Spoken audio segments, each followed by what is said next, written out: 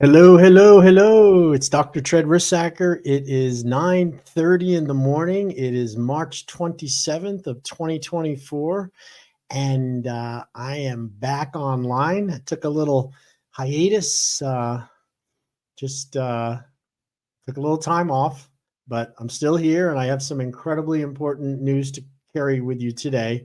I've been doing a lot of health journeys on my own, and I recently have embraced some fasting. Yeah, some fasting. I've been reading a lot about intermittent fasting and time restricted eating and the benefits of fasting, and it was absolutely mind blowing the results that I got from my fasting. So I'm not really here to talk about fasting today. And what I am here to talk about is your brain activity. Now, you know that the most important organ, every part of our body is important, whether it's the lungs, the head, the brain, the heart, your muscles. You're only as strong as your weakest link, as they say. And yet it's amazing how much time we spend on our teeth, maintaining our beautiful smile, because people see that. And we also work pretty hard on our posture because we don't want to be slumping. And of course, maintaining a nice look, a nice, slim, trim, healthy look would be, getting rid of that outside body fat. Now, and these are super important. However, nothing comes as important as your brain health. I remember my mom, who was, a fantastic mom, passed away a few years ago. And one thing she always told me, and I remember this very well, is she said, you need to take care of your brain. She says, eventually your muscles will get weak and your looks will go away. And the only thing that you're really going to have to rely on is your brain activity. How healthy is your brain? So quit doing things which would harm your brain. And, when you're in your late teens and, just getting out of high school and stuff, it was hard to relate to that. But I sure understand it today, because as I'm now getting into my golden years, I am now 63 years old. And truthfully, I'm healthier than I've ever been, because I just decided it was time to do something. I don't want to be sick, and I don't mind dying. I just don't want to be sick before I die. Who wants to have that?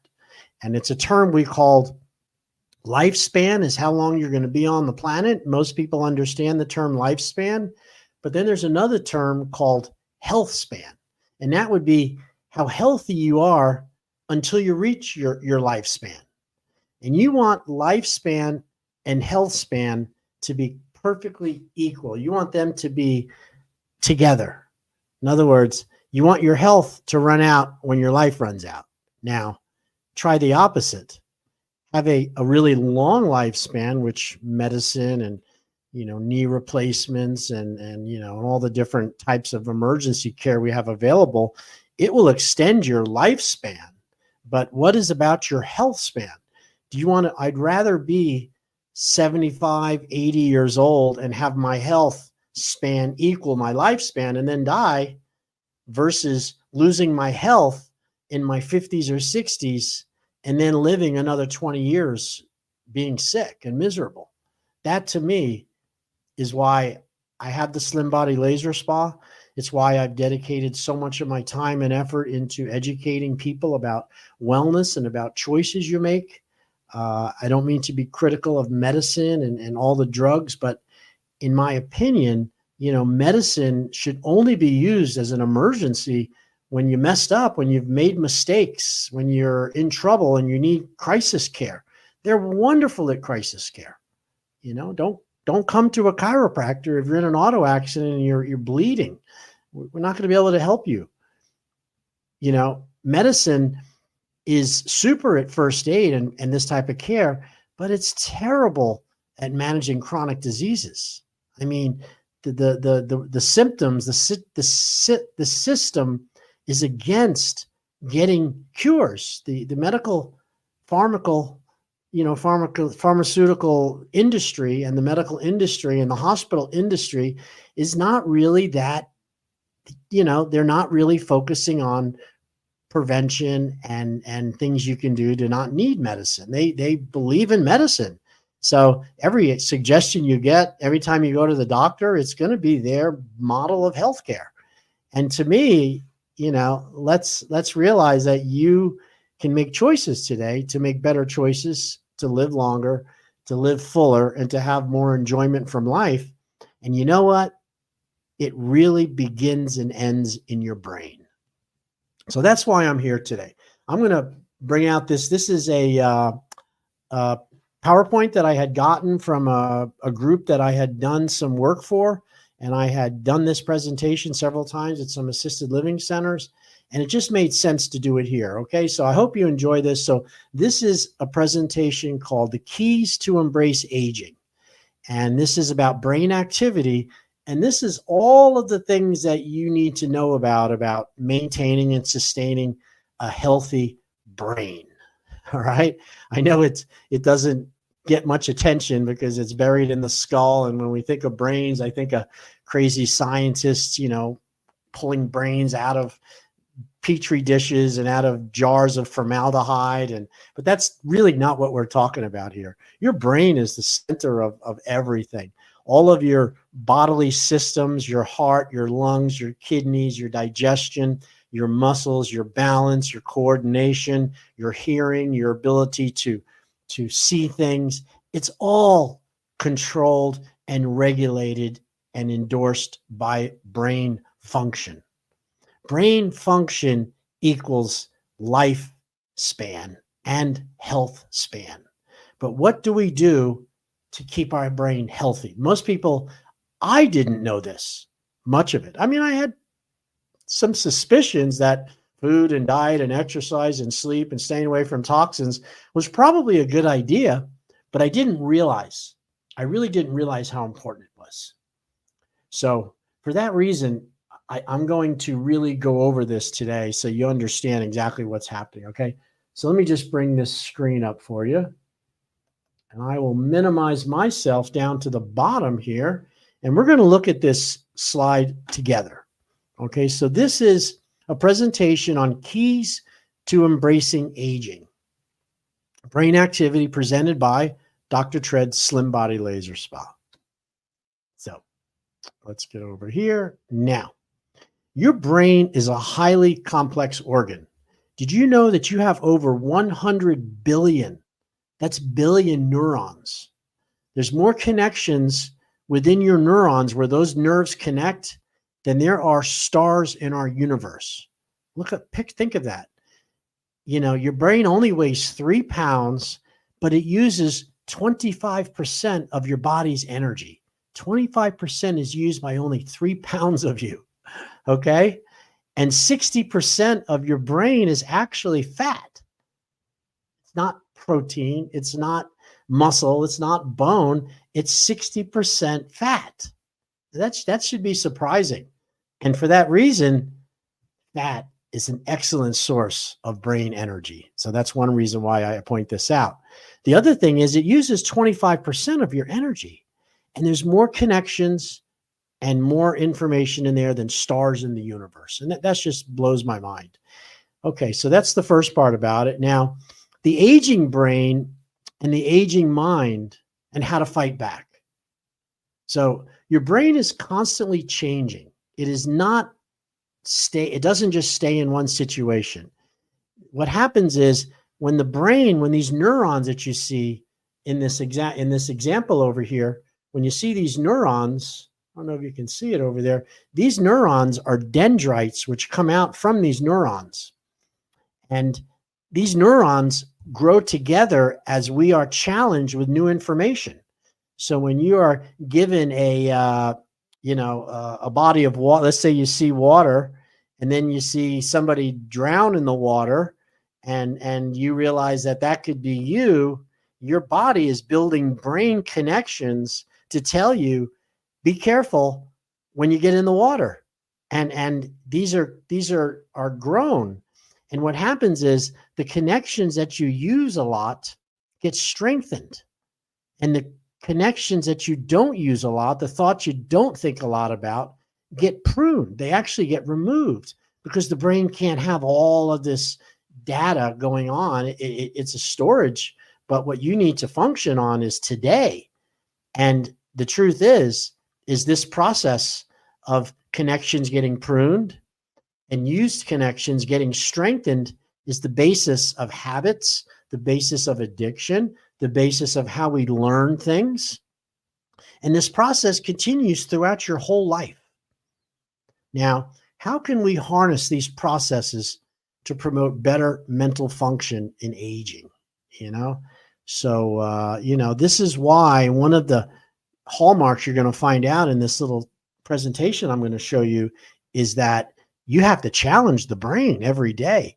Simply doing the same habits, sitting in the same spot, using the same hand to eat, the same way that you look at the mirror can create brain degeneration because you're not mixing it up. You need to mix things up. Brain responds to challenges. And I think that'll be very clear as we go through this process. Okay, so we understand about the connections. They get pruned if they're unused. Used connections get strengthened. Pretty simple. Now, to establish a healthy lifestyle behaviors throughout your life influences optimal aging. So, first one, positive attitude, eating smart, physical activity, also brain activity, encouraging your brain activity, social activity, being social with other people and mixing socially is very important. Tuning into the times, knowing what's happening around you and all the new incredible things that were so interesting when you were younger. As you get older, you really don't care. But let me tell you, your brain suffers.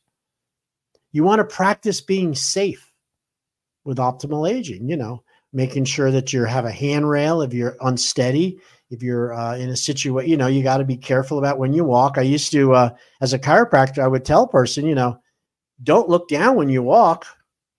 Look ahead first to make sure there's nothing in the way. Walk forward with your head up and then look ahead and look down to see there's nothing there and then look up again. To keep looking down the whole time as you're walking, that creates brain damage and physical damage.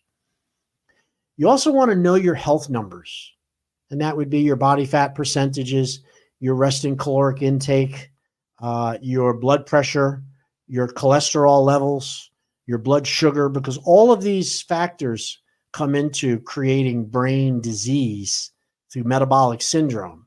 So the same problem, which is affecting your blood sugar, that's affecting your body's ability to process glucose, is also affecting your brain's ability to get energy from the body, and thus cognitive problems happen. How to prevent dementia.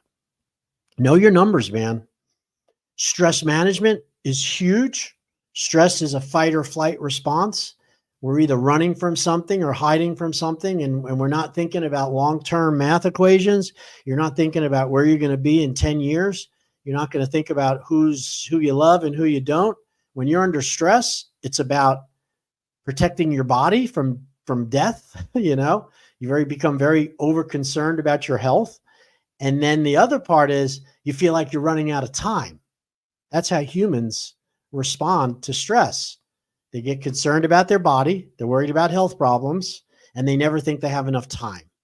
And that's comes back to primordial fight, and flight stress response, where the animal is worried about being killed and wondering how long it's going to take to get out of that situation. Humans show up as stress.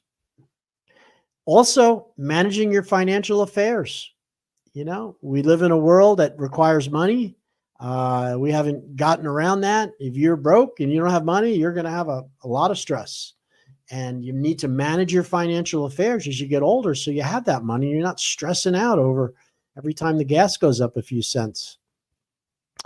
And sleep. Sleep is critically important. Sleep, of all of the things here, not one of them is more important than others, but sleep is really important. And when you have stress, when you're not comfortable, when you have a lot of going on in your mind, you have a bad attitude, your social is suffering, you're not in with the times, sleep suffers. And when you suffer sleep, your brain suffers. You need to take time for you. All right. So there's a new thing called neurobics. A neurobic is an aerobic exercise for the brain, just like you would do aerobic exercises for your muscles, for your joints. There's also exercises you can do for your brain, and they're fascinating and challenging because you can use all of the senses to exercise your brain, which helps your brain get stronger by growing new connections. That is the healing of brain, is growing new connections.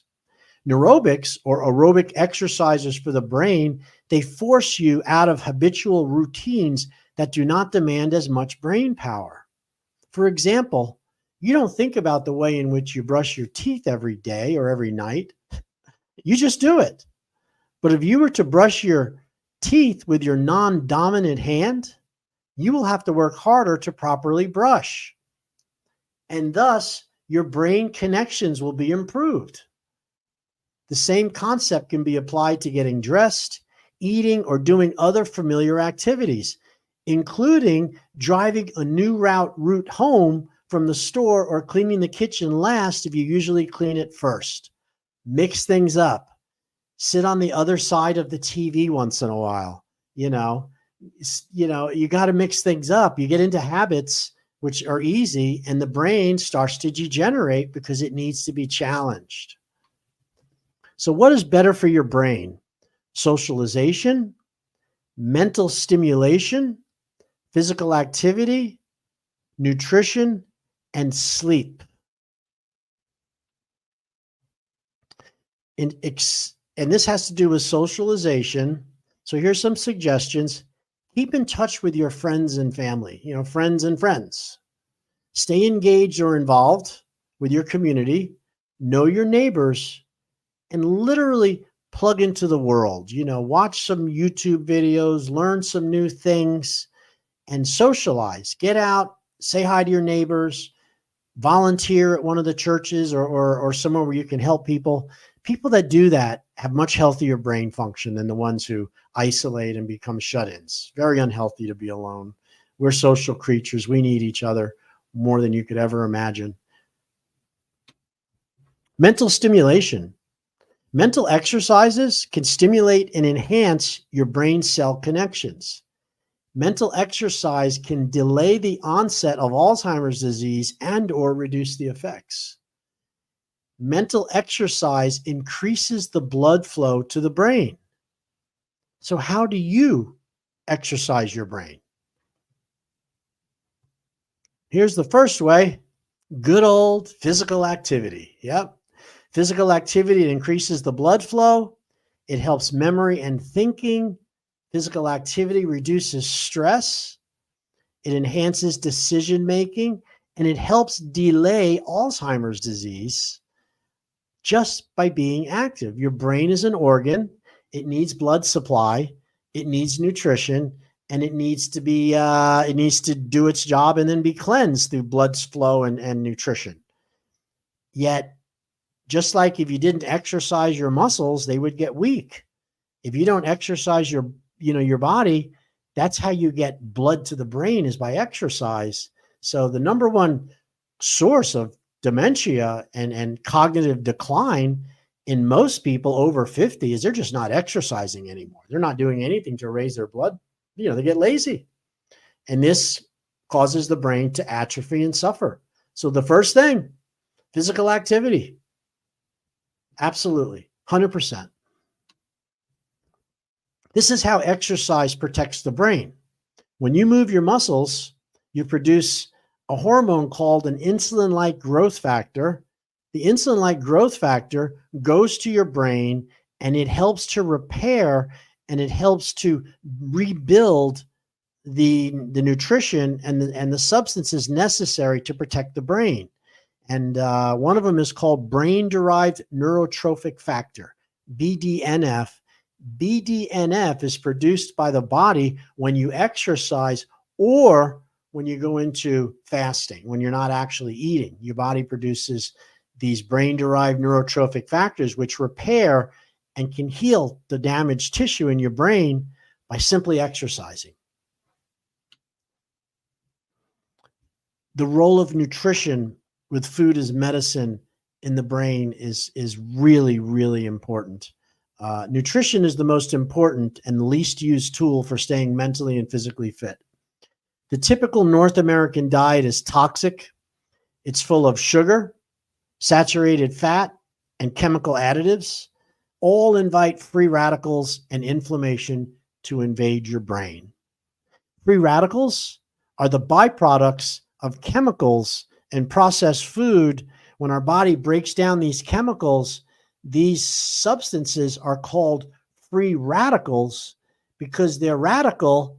And what they do is they create damage to protein, to nerve tissue, and to other tissues by cross-linking, by getting involved in the tissue repair, the tissue growth. These free radicals disrupt it because they need a place to grab onto. They're free radicals. And this inflammation over time fills your brain with inflammation. Not okay. Simply cutting out sugar, saturated fat, and chemical additives, SOS, sugar, oils, and starch, your body's going to be better. You want to seek foods that are high in antioxidants and omega-3s. This would be a heart-healthy diet, is equal to a brain-healthy diet. Avoid excess calories, overeating. Avoid excess salt or sodium. And avoid bad cholesterols. Now, if you need help with food and diet, that's what we're doing at the Slim Body Spa. We're helping people overcome that. But I think these types of suggestions are pretty simple to understand. Antioxidants, vegetables, vegetables and more vegetables, omega-3s, those are your fatty acids that occur in salmon and some plant-based, and they're very good for you. Now, your brain needs fat. Fat equals brain. Your brain needs more fat than any other nutrient. It does not need unhealthy fats. Unhealthy fats equal an unhealthy brain. So, the types of fats which are healthy are fats like olive oil. Yeah, I'm going to tell you that olive oil, avocados, MCTs are probably your best. I don't really like canola oil or safflower oil. I think that those are oils, but they're not really healthy fats. Healthy fats are omega-3, salmon, the fat in salmon, the fat in avocados, and you want foods that are high in antioxidants, and these are less prone to free radical attack and damage. So brain needs fat. One source of fat I like is dairy products, as long as they're grain fed, and that would be butters and cottage cheese and even sour cream with a high fat content. There's a lot of fat in cheeses, which are good for the brain, and there's fat in animal products. And there's your salmon. You got to be hydrated. Of all of the findings that I find in my Slim Body Spa when I'm doing my body fat analysis and I'm doing my initial intakes, we always check somebody's overall hydration, how hydrated they are, how much water you're holding. And most people are severely dehydrated because they have given up water for fizzy drinks and for sweet drinks and for flavored drinks. And you're not really getting enough water as a result of that, and you're actually dehydrated. So when your brain is dehydrated and you don't have enough water in your brain, you suffer, and you suffer badly.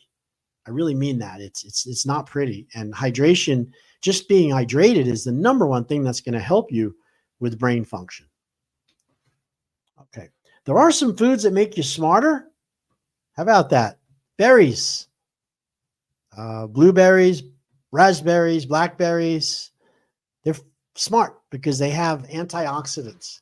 Omega-3, range enriched eggs, free range, vegetarian, high vitamin B. I do a lot of omega-3 eggs. Weeds, salad, omega-3. I have no idea what purslane is, but I guess it's an herb. Another beneficial fat would be wild sockeye salmon. Okay. Studies that people that eat a lot of salmon are some of the happiest, healthiest, smartest on the planet. Spinach, yeah, Popeye was right. Spinach was good, and it has lutein and antioxidants, including folic acid and vitamin B. Also, some seeds, pumpkin seeds, ground flaxseed. These have these good omega-3s. Walnuts and walnut oil are fantastic omega-3s. Give me 1 second. I have to just recycle this.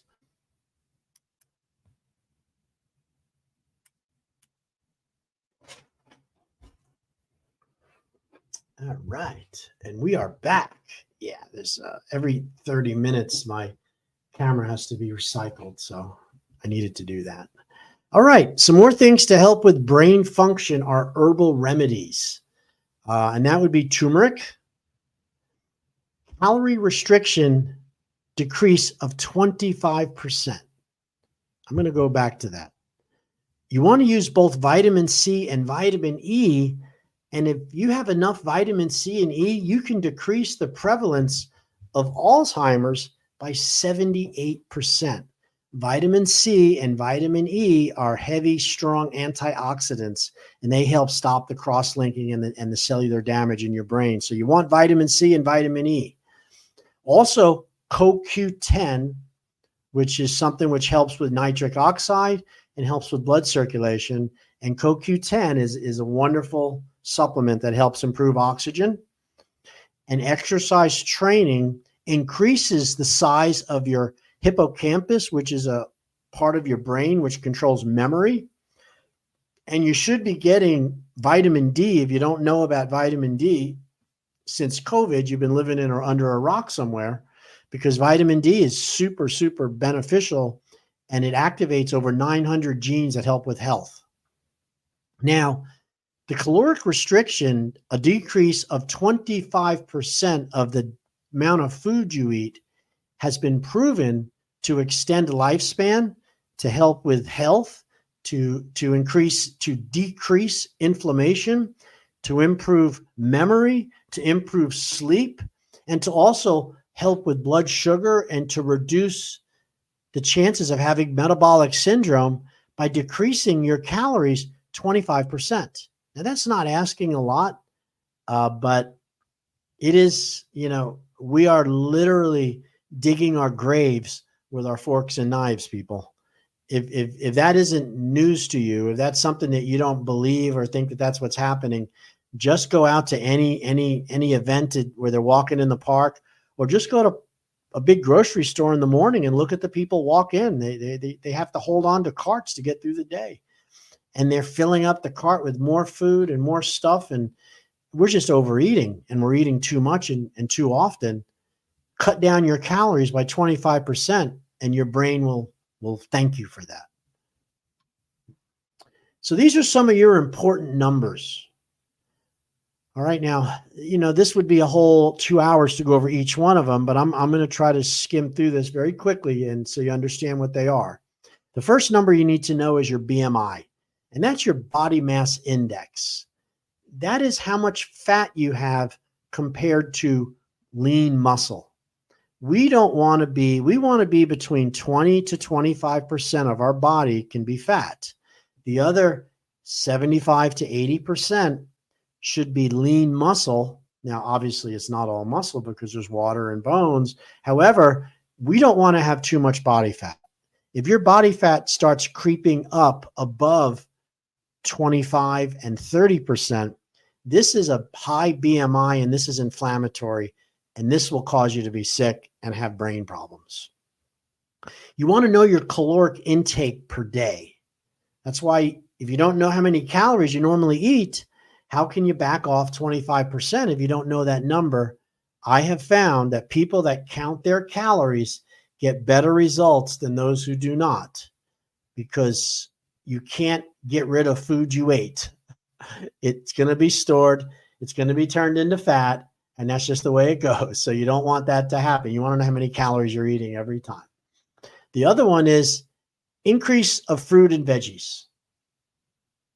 You want to know that number. You also want to know how many hours you're sleeping per day, per night. Okay. And also how much water you're drinking. Are you getting enough water? Water is critical. You want to know your blood pressure? 120/70 is normal blood pressure. You want to know, you also want to get a complete blood count. And this would be blood work done, at least every year. More if you're trying to, if you have a health problem you're trying to manage, that blood work tells you how much body fat you have, how much triglycerides you have, whether or not you have inflammation. There's a lot of things that blood work will tell you that's very important. From that blood work, you want something called a lipid panel. Now, a lipid panel, lipid means fat, and this would be something that would be for somebody who is obese, they're overweight, they're starting to have blood sugar hyperglycemia. A lipid panel tells you your blood glucose levels from fasting. It also tells you your A1C number, which is the 3-month window as to how much blood sugar, how high your blood sugar is. It's a 3-month window of how much it's been for 3 months. Let me clarify that. Your blood sugar can go up and down based on when you eat and when you haven't eaten. It changes all the time. However, when it's elevated for any length of time, that's called diabetes. And the best marker to look for diabetes is the 3-month A1C number, because the A1C number is a test where they look at the red blood cells and they can take it and say, in the last 3 months, X amount of blood sugar has collected in that cell. So this means the blood sugar has been high for a very long time. And that's very indicative of bad type 2 diabetes. You'll only find that out with a lipid panel. It'll check cholesterol. It'll also check HDL and LDL levels. All right. Another important number is the vitamin D level. We do make vitamin D with sun and cholesterol and certain, things, but because we're hiding from the sun, we're taking cholesterol medications nowadays. Your vitamin D levels are in the toilet. I mean, they are really low on people. So whenever you go to the doctor, it's incredible. I mean, 90% of the people are vitamin D levels that are critically low. So taking vitamin D supplementation, if you're not out, a sun worshiper, is a really good idea. Okay, so you want to maintain vitamin D levels. Your AA and EPA ratios. Also, is your thyroid balanced? Thyroid levels can lead to brain problems because thyroid controls metabolism. Low thyroid levels equals weight gain and fat accumulation. High thyroid is just the opposite. That's called Graves' disease. And this is where everybody is too thin. You're not able to hold fat. So you want to know your thyroid levels. You also want to know your testosterone levels. Of course, in men, it's critically important, but you women have testosterone also. And testosterone is the hormone your body produces in small amounts if you're a female, but in large amounts for a man. And testosterone is a protective hormone which protects the cells from cellular damage, and it builds tissue. So you want to have decent testosterone levels for health. Homocysteine is another amino acid which you should have checked. You want to know your homocysteine levels. You also want to know your C-reactive protein level. Now, C-reactive protein is a biomarker that you find when you do blood work, which is a very indicative of internal inflammation, swelling, inflammatory disease, heart disease, vessel disease, leads high C-reactive proteins. And of course, you see the HbA1c I went over as part of the lipid panel, and fasting blood sugar. So here's some healthy foods. This is some good information here for nutrition. You want to try dark-skinned vegetables, cold water fish which occurs in, why cold water? Because it has more oils. Salmon, cod, swordfish, they have more oils than fish that occur in the, than tilapia or fish that occur in the in the tidal waters. Cold water fish have better fat. You want nuts? Pretty good idea. dark skinned fruit. Now, why are we saying dark skinned fruits and dark skinned vegetables? Because those colors, those purples and those blues and those yellows and those reds, those are phytonutrients that are not, you don't really get them if you have processed food. So you want food that's fresh but has these colors in it. That's going to help your brain function better and longer. You want to drink lots of water, eat whole grain. Now, that's not the same. When you see whole grain, the bread you see that says whole grain bread, that's not the same thing. That bread's been processed from whole grains, but because it's been processed, there's very little whole grain left in it. So whole grain is raw. And don't be confused on that. You know, a whole grain muffin that's been baked and cooked and loaded in sugar is useless. It's poison. You want lots of olive oil, and we know that's to be good. These are brain healthy foods to try. Now, here's what you want to avoid and limit: fried, greasy, high fat foods.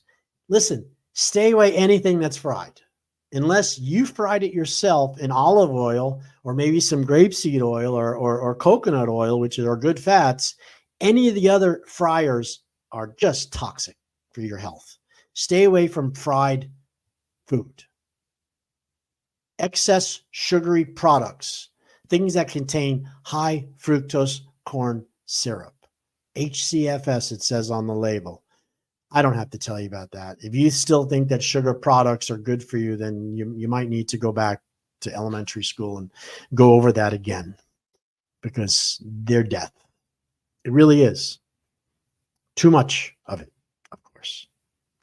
Salty foods, not good. Salty foods have a lot of sodium, and sodium increases blood pressure, increases inflammation, and that is not a good thing. Fast foods and processed foods are chemical storms of garbage, yet they're designed to be sweet, to be salty, and have lots of bad oil in it. SOS, sugar, oil, and salt. Bad, bad, bad. If you can avoid fast food and processed foods, you would empty out the medical industry. They'd have no one to work on because everyone would be healthy. Alcohol and caffeine. Now, these are something that people use all the time. They're not willing to give up their alcohol or caffeine, and in small amounts, it's fairly acceptable. But in larger amounts, very, very bad for you. And only you can be the judge of that. Refined grains. These are grains, you know, rice, wheat, barley, malt. These are great when they were raw and your body had to go through the fiber and chew them up to digest them. But once they've been refined, which means they've been processed to remove the husk, to remove the grain, to remove the fiber, now you've got a simple carbohydrate, which is the same as sugar. So stay away from refined food. Another one, other oils and solid fats. Limit and avoid. A lack of sleep negatively affects your memory, your mood, your concentration, your coordination, and your safety. What happens when children don't get enough sleep? Right?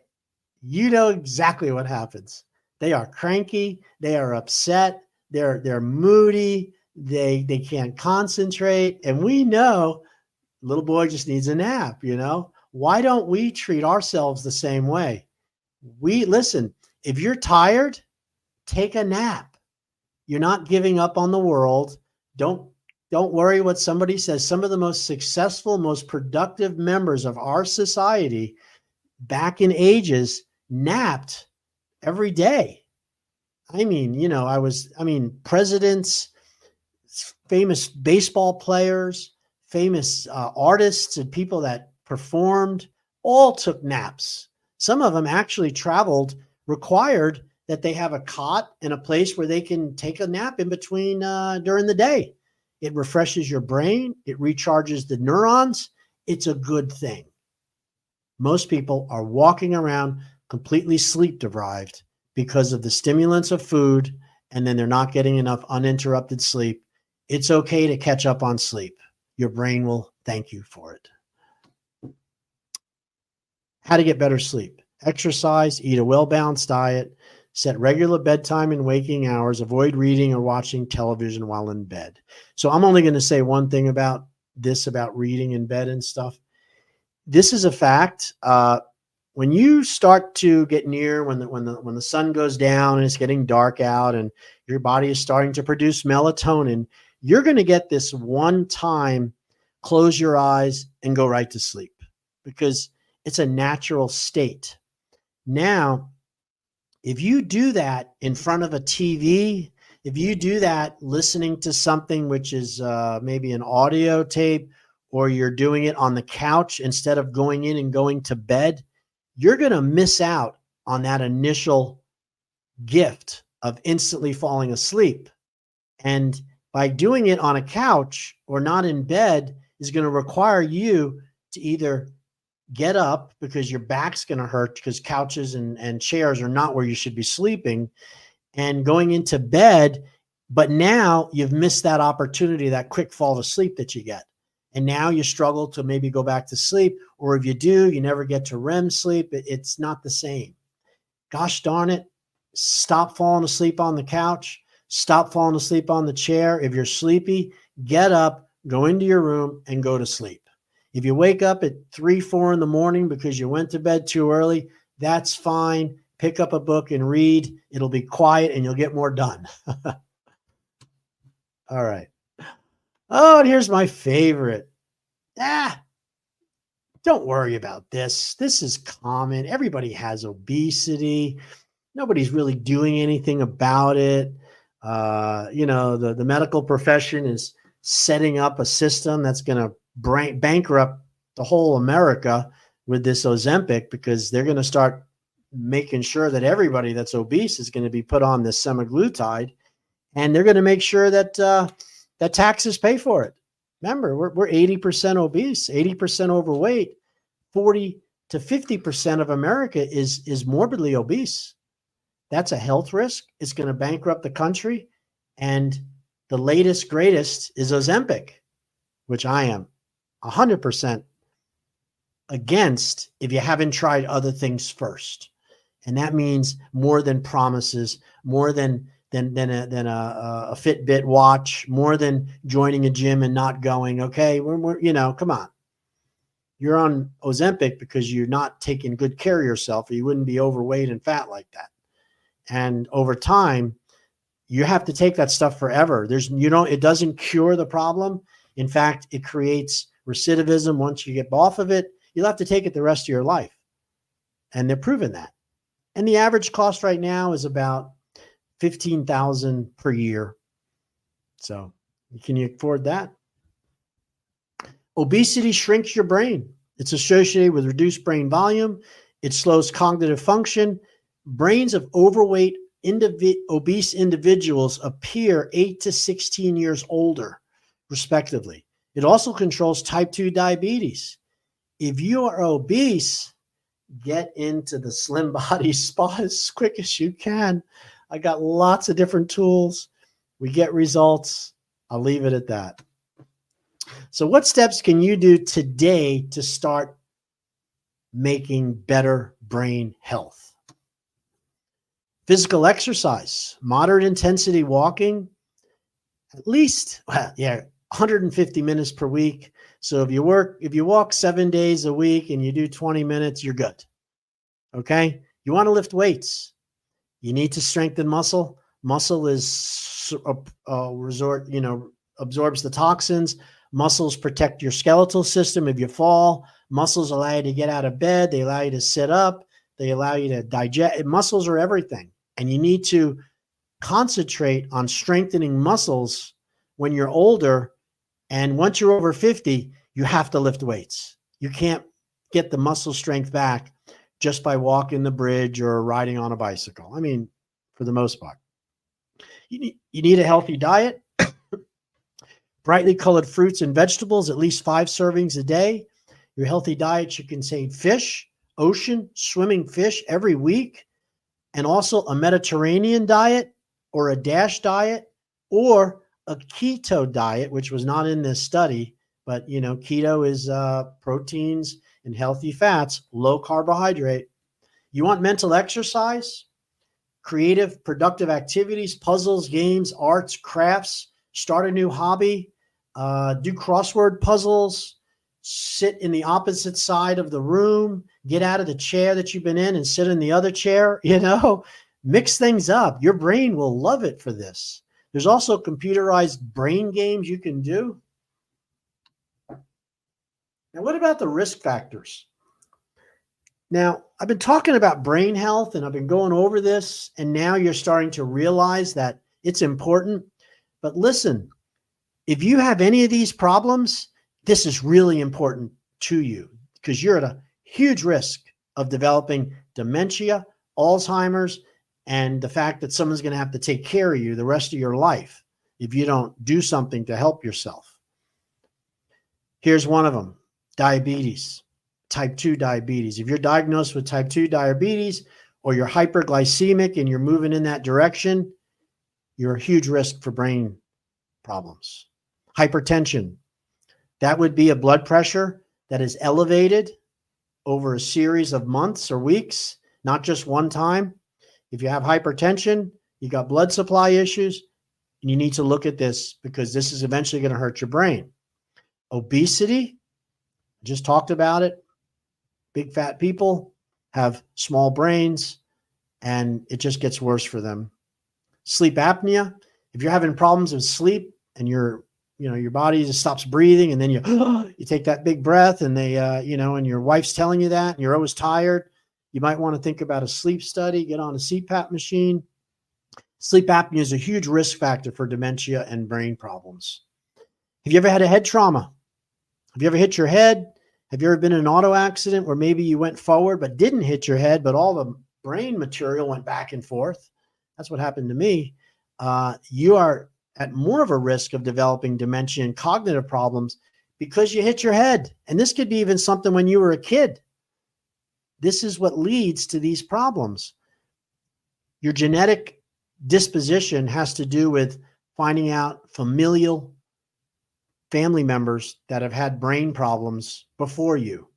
Mom, dad, brothers, uncles, aunts, cousins, got a history of dementia, history of Alzheimer's. That's important because you need to do what I just went over even more so than someone who isn't. And then stress. Stress is the juggernaut. Stress is, I would tell you honestly, that stress is probably the biggest number one factor as to why we have sickness, why we have high blood sugar, why we're collecting too much body fat, why we don't exercise, why we worry, why we have digestive troubles, why, it just goes on and on and on. And stress, yes, stress can come by worrying and watching things that you cannot do anything about, right? Political problems, things that happen around the world, how horrible it is. I see it, but I know I can't change it. It's not going to serve me to think about it more than just seeing it. Should I send $20 to them? Maybe that would be an option, but limit what comes into your life. Limit what you look at, who you hang with, the people you talk to. Stay positive. Remove stress. Stress is easy to remove, but you got to remove yourself from the energy from it. At first, you're going to go through withdrawals. Trust me. You're going to feel like you're missing something, but you're not. You'll be healthier and you'll be happier and your brain will thank you. So on the other side, eat a brain healthy diet, do physical fitness, cognitive stimulation, and meditation.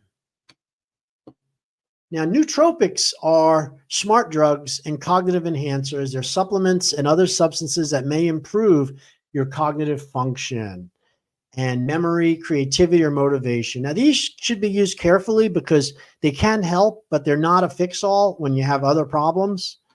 And some of them are listed here. And the way I can't go over all of these, but if you want to go back to this podcast and you want to go back, because this will be available on my website, drtredtv.com, or on my Facebook page, because these are all going live right now. And you can take a screenshot of this. I would highly suggest you do that. There's ashwagandha, there's creatine, feverfew, fish oils, ginkgoa biloba, inositol, melatonin, rhodiola rosea, L-theanine, vitamin B2, and zinc are called nootropics, and these can help you with brain problems. Aging is inevitable, you guys. By embracing a healthy lifestyle throughout your life, you'll have a greater ability to engineer a positive approach to the aging process. And here's the good news. Your capacity to develop new synapses is incredible. You still have the capacity to develop neurons as long as you have thought processes, memory, reasoning, learning are retained, but it may be a little slower. However, your brain will heal, it will adapt, just like if you weren't using your leg and it got all weak and out of shape and you started putting more time into it and more energy into strengthening it and being aware of it, it's going to improve. Your brain is exactly the same way. You don't lose your memory. Your brain degenerates where your memory is not accessible. Improve your brain, improve your nutrition, improve your exercise, get the right nutrients, reduce the stress. Your brain memory is going to improve. It's that simple. Stay away from sugars. The brain we develop reflects the life we lead. And that's a quote by His Holiness, the Dalai Lama. So, let's just get back to me. There we go. So I implore you, I plead with you to take better care of your health and your brain. I had a year and a half ago, I was in an auto accident. This person turned on US 1 from the left lane right into traffic, and I was in the leader of the pack that was moving from that one light. So I was the first car that she hit, and I hit her. And what it did was it was a 50-mile-an-hour shot, and it caused of course, the engine compartment pushed into my passenger compartment, and I put my foot out, but my airbags protected me from dying. And all the airbags went off, ceiling. I had a 2020 Ford F-150, beautiful truck.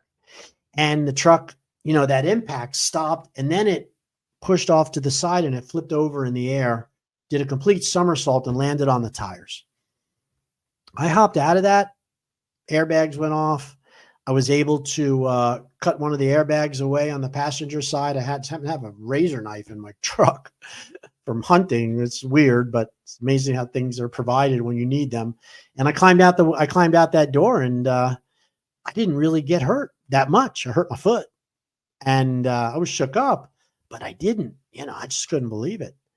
And what happened was I started to develop some cognitive problems. I knew right away that impact, because I didn't hit my head, but my body was traveling at 50 miles an hour, and it stopped suddenly, and the soft brain material still goes forward. And what it does is it can cause a very small tear in the brainstem, where the gray matter, which is what you would think of in somebody's brain, is that jelly looking stuff in the brainstem, is more like the horse hairs, or like a broom, like a corn broom. Those fibers are very thick. And when that soft mass gets pushed on top of it, it tears some of those fibers. And those are connections to your thoughts, to your vision, to your hearing, for me, it was cognitive. It was numbers. It was some short-term memory things.